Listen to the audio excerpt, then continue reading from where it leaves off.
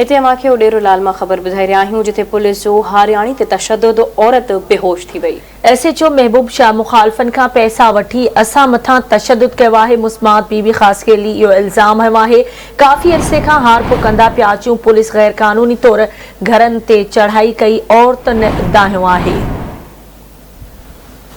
तफ़सील मालूम कंदासीं। असां सां लाइन ते मौजूद आहे उडेरो लाल मां आवाज़ न्यूज़ रिपोर्टर सिकंदर साहूवाल। जी सिकंदर, छा तफ़सील आहिनि, आगाह कजो।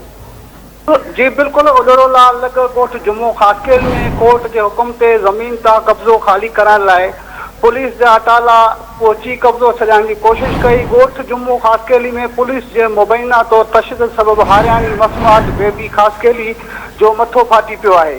ॻोठ जे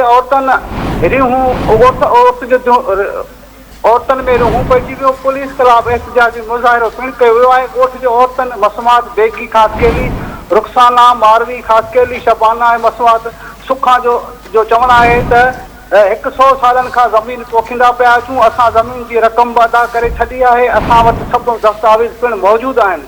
ऐं उडेरो लाल स्टेशन जे SHO असांजे मुखालफ़नि शकील कुरो खां 1 लख रुपया वठी असांजी औरत ते तशद्दुद करायो आहे ऐं जंहिंजो मथो पिणु फाटी पियो आहे। ॻोठ जे औरतुनि पुलिस ख़िलाफ़ एहतजाज कंदे दाहियो आहे त कोर्ट सगोरी जो हुकुम आहे अखियुनि ते, पर पुलिस चादर ऐं चार दीवार जो तक़दस पैमाल करे असां मथां सख़्तु ज़ुल्म कयो आहे। ठीकु आहे, मुंहिंजी महिरबानी सिकंदर तफ़सील खां आगाह करण जे लाइ।